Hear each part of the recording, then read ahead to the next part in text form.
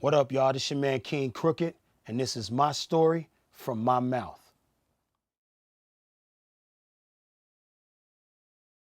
The highlight of my journey.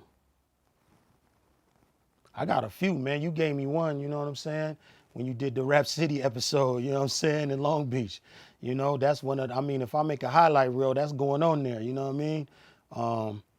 It's some homies that's in that camera frame that ain't even here no more, or they doing life right now. You know what I'm saying? That's memories. That's one of they good memories. You know what I mean? That I've been on the double XL cover 3 times. You know what I'm saying? It's a lot of people who haven't even been on there once. You know, I was on the cover of double XL 3 times. I was on the cover of the Source.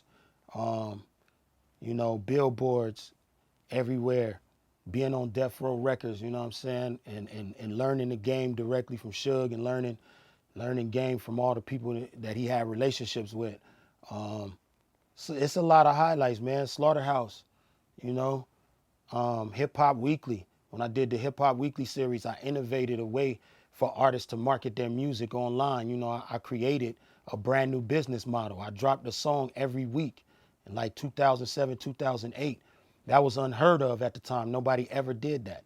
And then after I did it, I went on a 52-week run.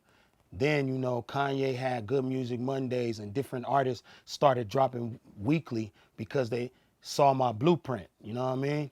And I take that really, really, my homie Watson from PSA Hip Hop, shout out PSA Hip Hop, he told me, he's like, your first weekly series is your Illmatic.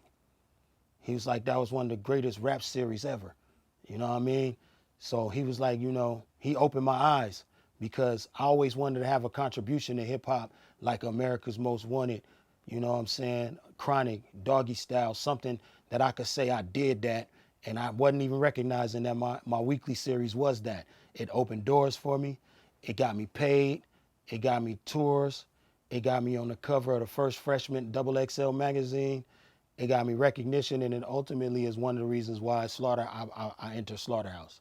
So it did work for me. So the weekly series, I think that's one of my big accomplishments because it also took the black cloud from over my head. A lot of people didn't want to deal with me when I got off death row because they felt like, yo, Suge gonna hop out the closet or something, you know. They was like, something is gonna go down.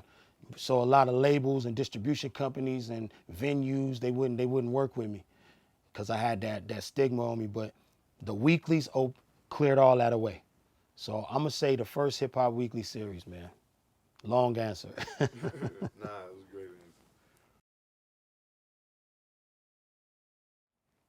answer. Hmm.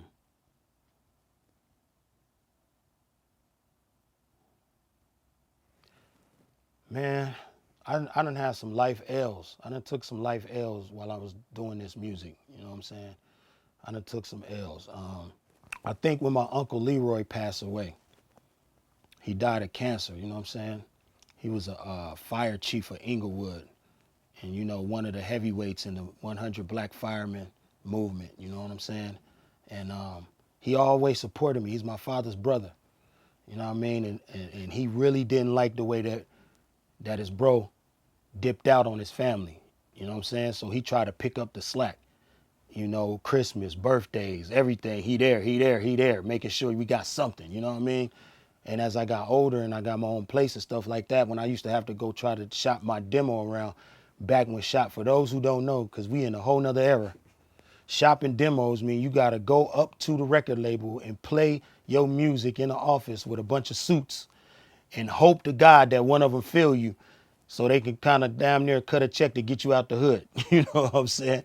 So my uncle, he would always let me borrow his car, you know, because I ain't have no car. I had to go from Long Beach to Hollywood to the record labels.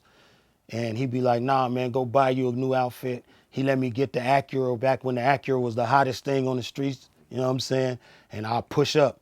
And, you know, when he died before I was able to get my first cover of my magazine. I was able to really start having something I could come back and say, look, Unc, this is what I did. You know what I'm saying?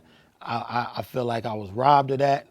So that right there is kind of a low point for me, man. But I made him immortal on the Slaughterhouse song, Goodbye.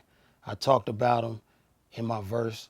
You know, I gave it up to him, and we did that song, and people in the crowd shed tears sometimes. You know what I mean? That's how powerful it is. But yeah, man, that's a pretty low point for me in my career. Sorry to hear that. Oh, good, thanks. Yo, this is King Crooked, and we all have a story to tell, plus a lesson to learn. And this is my story.